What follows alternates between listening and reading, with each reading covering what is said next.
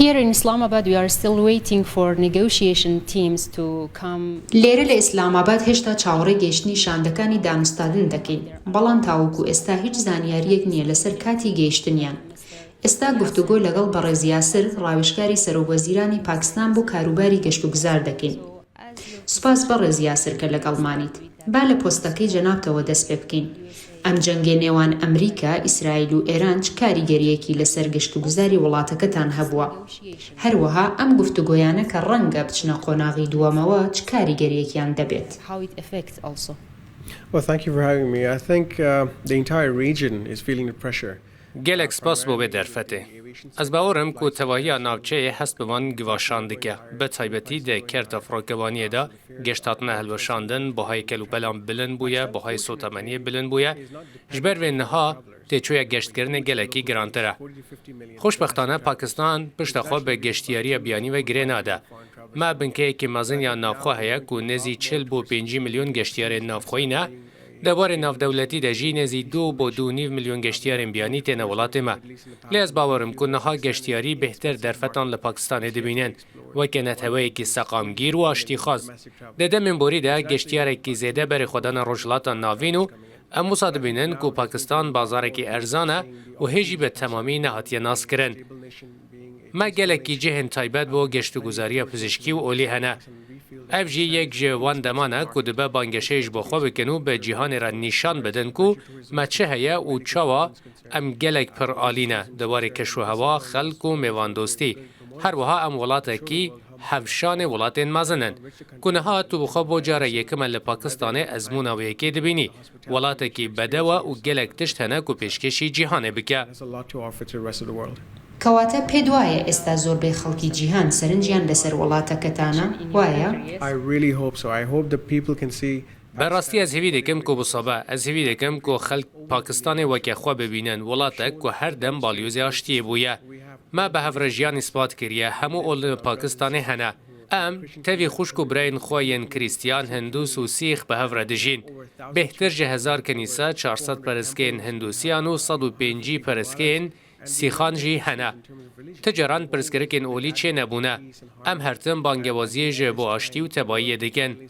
Ez bawerim ku di vê demê de cîhan di dawiyê de dikare vê yekê bibîne ku di rastiyê de em kêne û çawa neteve bi hev re dijîn. Em bi heman awayî li gel cîhanê jî bi aştiyane dijîn. Rêzê ji wan digirin. Her tiştê me hemû stratejiyekê me li ser bingeha geşeya hevbeş hatiye danîn. Ez wisa dibînim ku ev takerrêye eger em bixwazin cîhan li gel me pêş bikeve. بەڕێز یاسر دەتوانیت پشتڕاستی بکەیتەوە کە ئیسلاماباد وەک شوێنی دانوستاندنەکانی داهاتوو دیاری کراوە؟ پێت وایە تیمەکانی ئێران و ئەمریکا ئەمڕۆ دەگەنە ئیسلاماباد؟ Em pir geşbînin di dawiyê de ew armanca û em vê yekê dixwazin ku gelekî zelal e. Em bi nerînekî zelal kar dikin ji bo vê yekê ku bibe sedema seqamgiriyê li navçeyê. Dizanî dîplomasî huner ew divê bi nimûne bê serkirdeyetî kirin. Serkirdeyên me jî nimûneyekî baş in. Serokwezîr û marşalên me geşt kirine. Çend konferans saz kirine, şev û roj lê gel hemû aliyan de peywendiyê de bûne û bi van re kar kirine bo nîşandana vê yekê ku aştî baştirîn çareser û baştirîn biryar e. Ez wisa dibînim ku hevrekî di vê qonaqê de tenê bandorê li ser Îran û Amerîkayê nake, lê bandorê li ser tevahiya navçeyê dike. Em li ver behsa rizgarkirina jiyana bi milyonan kesan dikin, nek jiyana tenê kesekê, jiyana bi milyonan kesan. Eger ev hevrekî neyê çareserkirin, dê metirsî li ser tevahiya cîhanê çêbe. حکوومەت چۆن هاوسەنگی ڕادەگرێت لە نێوان پەیوەندیەکانی لەگەڵ هاوپەیمانە ڕۆژاواییەکانی و وڵاتانی دراوسێ وەک ئێران؟ Binêre, em her tim bangewaziyê ji bo siyaseta bazirganî bi rêya geştkirinê dikin. Çê yek ji wana jî çê nabin eger aştî li navçeyê de nebe. Niha tevahiya cîhanê bêhtir dilgiranî bilindbûna buhayê xorak û asayişa xorakê ye. Em dilgiranin li hemberî nexweşiyên weke Covid-19. Dilgiranin li hemberî bazirganan ji ber ku careke din dê buhaya kelûpelan bilind bibe. Ji ber vê her tiştek li derdora aboriyê dizivire. Eger enflasyon çê bibe û bilind bibe, xelk dê bacavê bidin. Welatiyên hemû welatan dê bacavê bidin.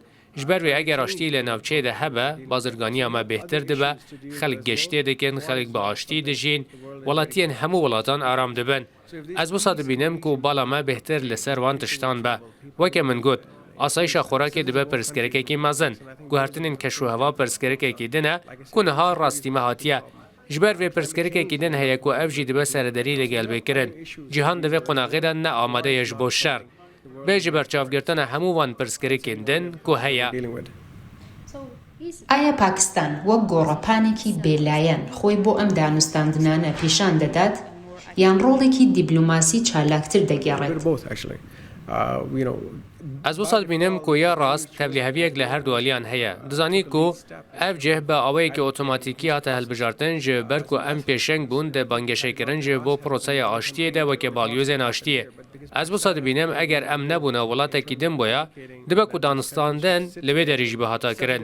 Lê ji ber ku Pakistanê rolekî mezin dîtiye de handana wan welatan de bo ku bi hev re rûnên cudahiyan çareser bikin û bigihîne biryareke hevbeş ji ber vê bi hemû pîvaneke lojîkî ev danûstana li Pakistanê dibin ji ber ku Pakistan navbênkariyê dike û rolekî mezin di vê rewşê de dibîne. What message would the Prime Minister? سەرۆکوەزیران دەیەوێت چ پەیامێک بگەێنێتە کۆمەڵگەی نێودەوڵەتی سەبارەت بە ڕۆڵی دیپلۆماسی پاکستان؟ I think the whole world should support our Ez wisa dibînim ku tevahiya cîhanê piştevaniya serokwezîrên me bikin heta astekî zaf jî dikin hemû aliyan heman armanc heye hemû aştiyê dixwazin ez bawer nakim divê qonaqê de kes şer bixwaze yan bixwaze ku ev şer berdevam be xelek pir dilxweş bûn bi ragihandina agirbestê karvedanên bazara borseya cîhanê tê dît ku ev nîşaneyekê pir baş e ku nîşan dide xelk û aborî geşeyê dikin û pêş dikevin dema ku aştî û tebahî hebe ez bawerim divê qonaqê de tevahiya cîhanê heman tiştî dixwaze ku em dixwazin em aştî û seqamgiriyê li tevahiya navçeyê dixwazin.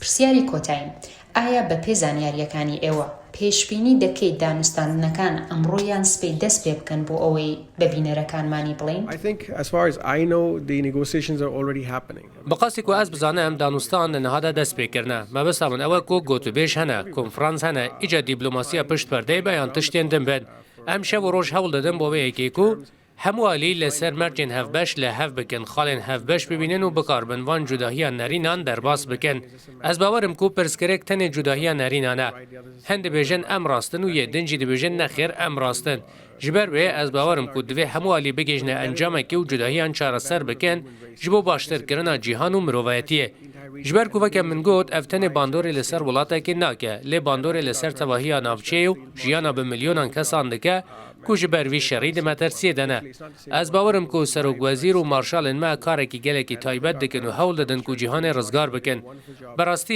ew rizgarkirina welatekê nîne em cîhanekê rizgar dikin. سوپاس بەڕێز یاسر. سپاس بۆتە. سوپاس کە لەگەڵمان بوویت. بێگومان ئێمەش لێرە لە ئیسلاماباد دەمێنینەوە و نوێترین هەواڵەکانتان پێدەگەینین.